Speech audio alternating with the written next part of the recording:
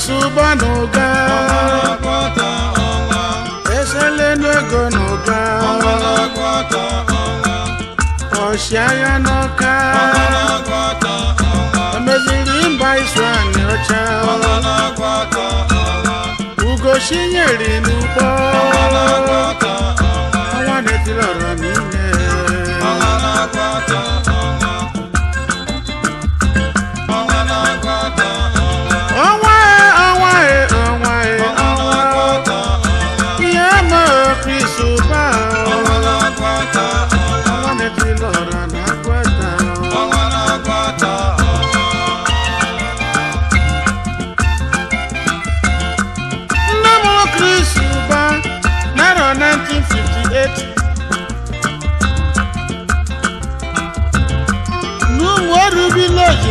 Nakwata local government in Anambra.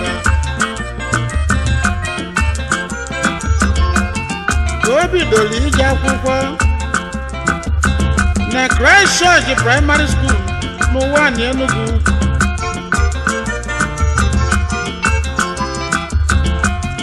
O mesịrị paasị ya wee banye Colliery Secondary School na Ngwo.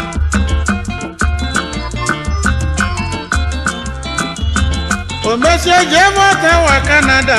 ebe o jere gụọ akwụkwọ. O wee na-achịghata azụ wee sị na ya ga-ebido biznes n'Enugu.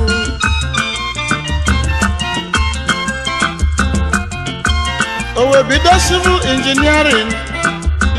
and building contract. Nwanne ya bụ Philip Uba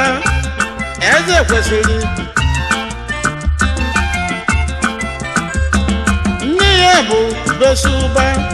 o kwesịrị eze nwanyị ọma.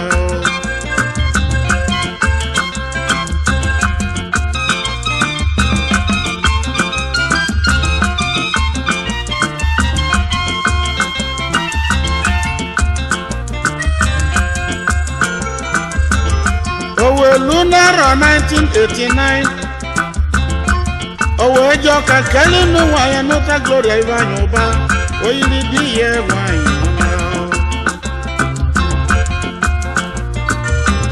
Ivo di sheni swani osha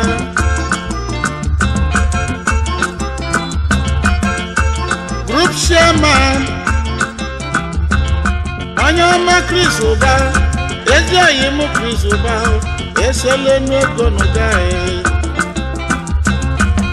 Group chairman Ile Chris Limited Oil Construction Company Limited TT&T International Limited KK Construction Company Limited ewo Ona babulo obodo mmiri Ndonya scholarship akaleka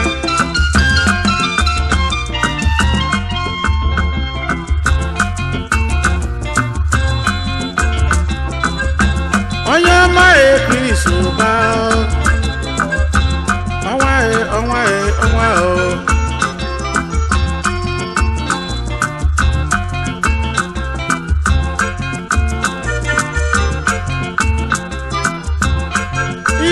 Chris Uba wana gwata onwa neti lora nime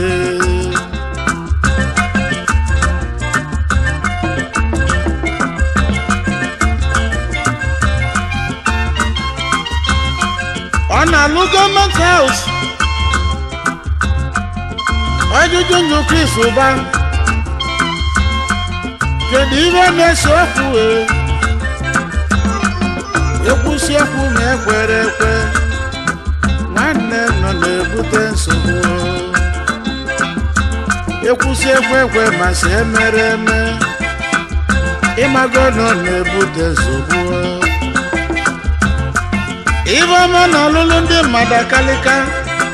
ya ka Chukwu ji si n'ọmụmụ kwa ya ọgwụ ya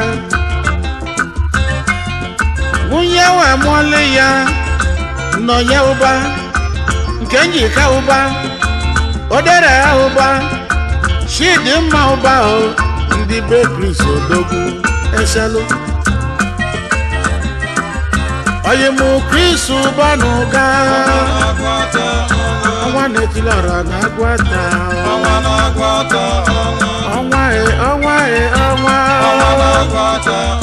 ọnwa na-etilọra na-agwata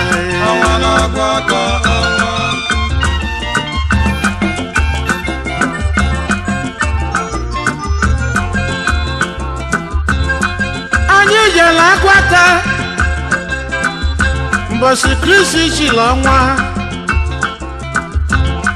maka na iwe onye na-eme ka ejem onye ọ bụ onye obodo chiri ọnwa na-etilọra nwere iwe ọ na-emela obodo ya ọnwa na-etilọra na agwata ndị agwata kwuru sị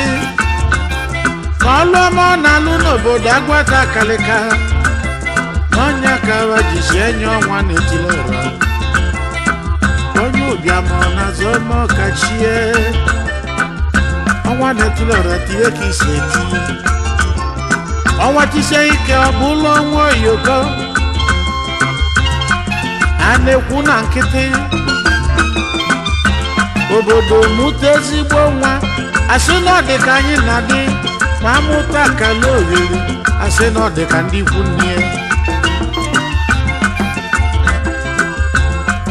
wasi mụ kenelu ihe Barrister Bato Nugbolu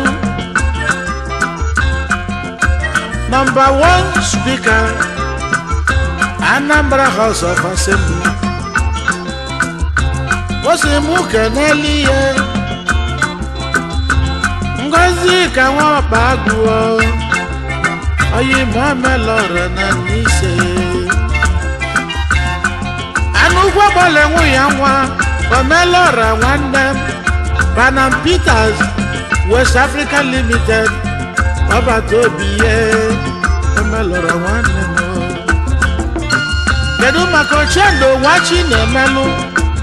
Anom Furniture Nigeria Limited Chief Angus Okwudilimo Ochendo ndị Igbo na Abuja Ochendo Nwachi na-emelụ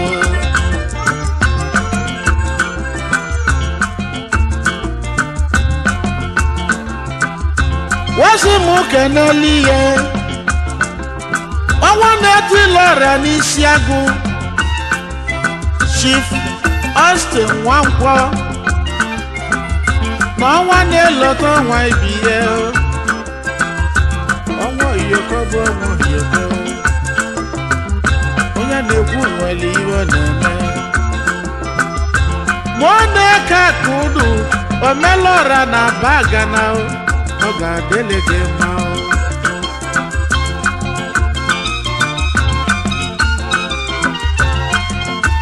Jonathan Womanụ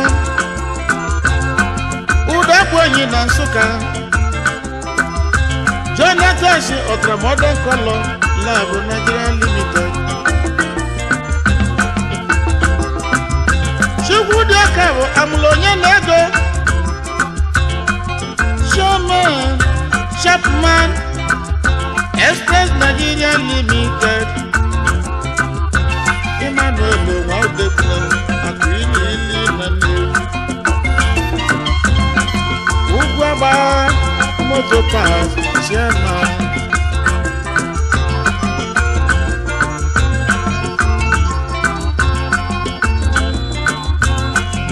Romanus Igwe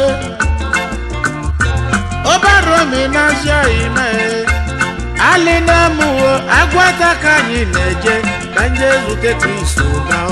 ọnwa na-etilọra na agwata Gabriel Osita onye bụ oyime Gabi na Link Ventures Nigeria Limited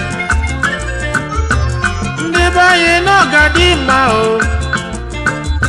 anyị welu nwayọ ka anyị na-aga n'ihu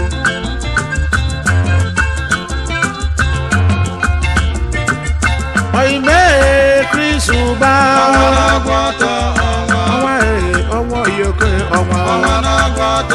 ọnwa na-etilọra niile ọnwa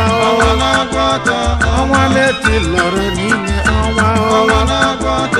eke na-edịlụ ụba na-ese nwa mama sifalfosu sobi igbe eke ọnwa na-eti lọrọ na-agwata bụ ụba na-ese sụgbọrọ ụlọ ụba anyị nabadiwe ji agwata ọnwa ọnwa na-agwata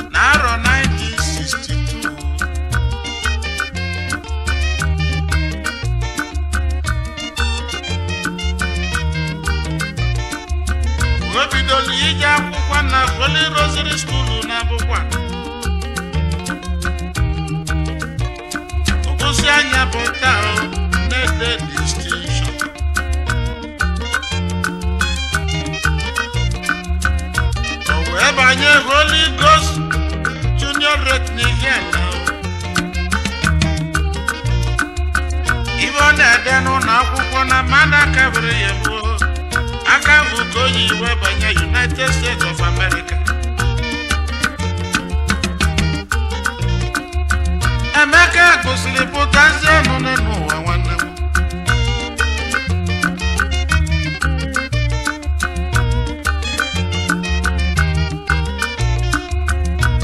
Welu walu na rice mill Abakaleke bulu secretary rice mill union Abakaleke. N'aka His Royal Highness Igwe Ego Okalechuru Igbo Kotu the second Nadasiego Chairman Managing Director Spera Indeo Nigeria Limited. Mgbe enyiwe mebe election na 1997 arọpụtara ka o jee live House of Assembly. Emesizie na arọ 1998 banye n'iwe si ka ike nwee democracy. O wee bụrụ executive chairman in that South local government nke Imo State niile na Nsọpụrụ.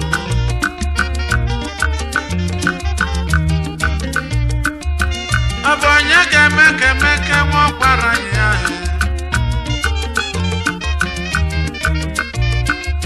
Etelubeti Emeka ọkwara anyị ya ịmọ. Emeka ọkwara anyị ya aka egbuchi ọnwa. Aka egbuchi ọnwa Emeka ọkwara anyị ya. Emeka ọkwara anyị ya aka egbuchi ọnwa. Aka egbuchi ọnwa n'ugbo obomu Ọyọ. Emeka ọkwara anyị ya aka egbuchi ọnwa. Aka egbuchi ọnwa na-edatọ bụ Emeka ọkwara anyị ya. Emeka ọkwara anyị ya aka egbuchi ọnwa.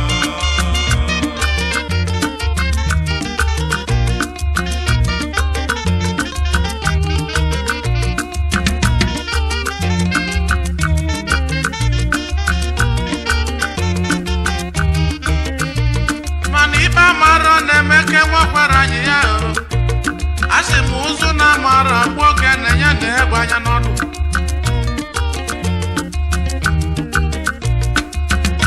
Elu nwakwara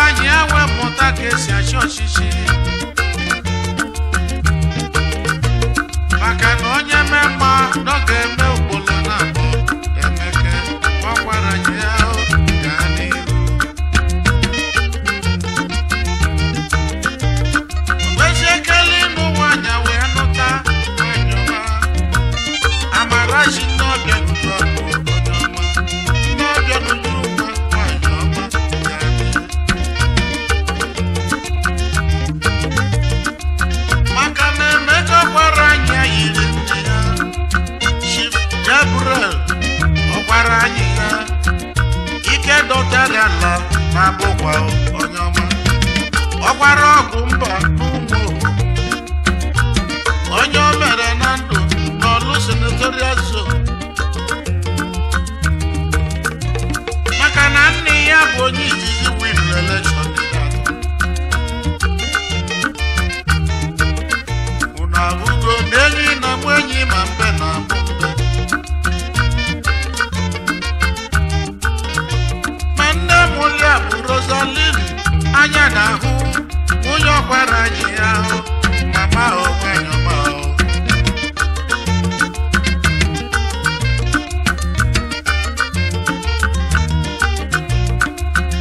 mana mama Emeka ọkwara anyị ya tụrụ ime izizi onye ọ mụtara Anakratus ọkwara anyị ya ọkwara ọnọ n'obi ya ezi oyi dịga dị o mesịa mụta Francis ọkwara anyị ya mụtakwuo Martina Adaeze ukwu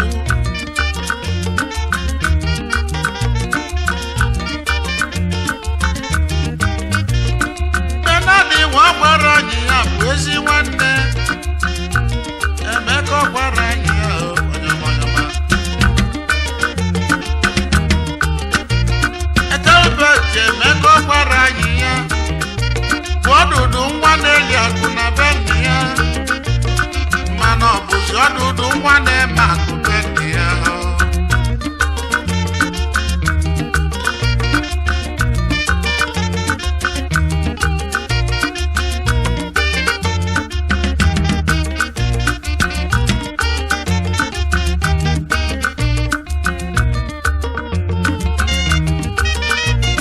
ọlụ ọmalụ ni Delta South nọ kalịla kalị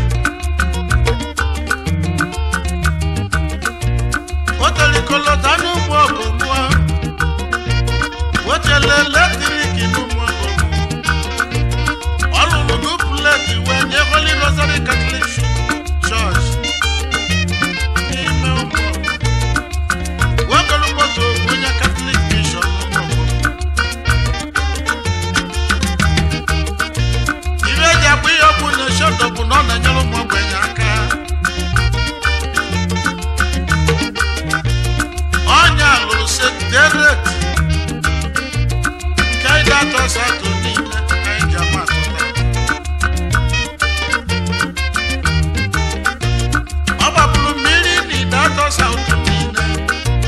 wetele eletrik na Delta South otelu ụzọkolota onide atọ onye ide atọ ji eme ọnụ bụ Emeka nwa ọkwara anyị ya Chief Honorable Etelbert ọkwara anyị ya Emeka ọkwara anyị ya aga ebusi ọma Honorable Emeka ọkwara anyị ya mama Emeka ọkwara anyị ya aga ebusi ọma Emeka na onye a na-ekwute na onwere iwe Emeka ọkwara anyị ya aga ebusi ọma wasi mụ keneli ya igwe ọbala shelu Igbo kotu di second na Dazielu Chairman Managing Director Spera Indeo Nigeria Limited Oga Kata wasi mụ keneli ya Dr. Ferdinand Anayara iyi onuru ala n'igade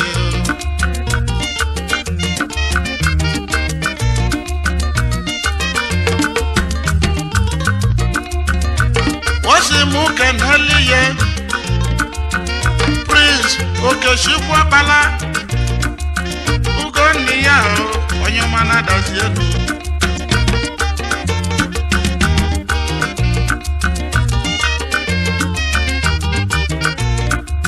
wasi mụ keneli ya B.I. Okereke Omo Kashie n'ụmụ ọmasị akụ niile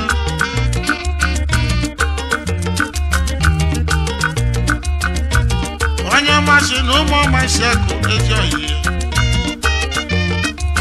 Omo Kashie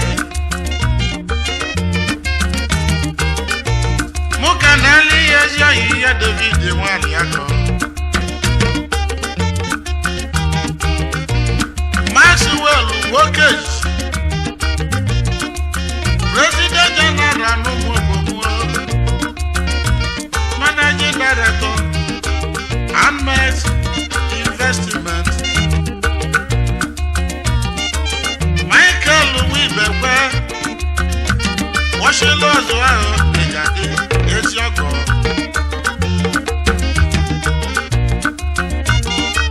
Reverend Father Regishima Agnes Secretary Holy Ghost Fathers in Nigeria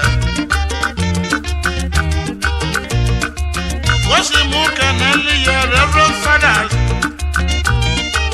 Dallas Emejulu Onyama Nabu na Germany Gono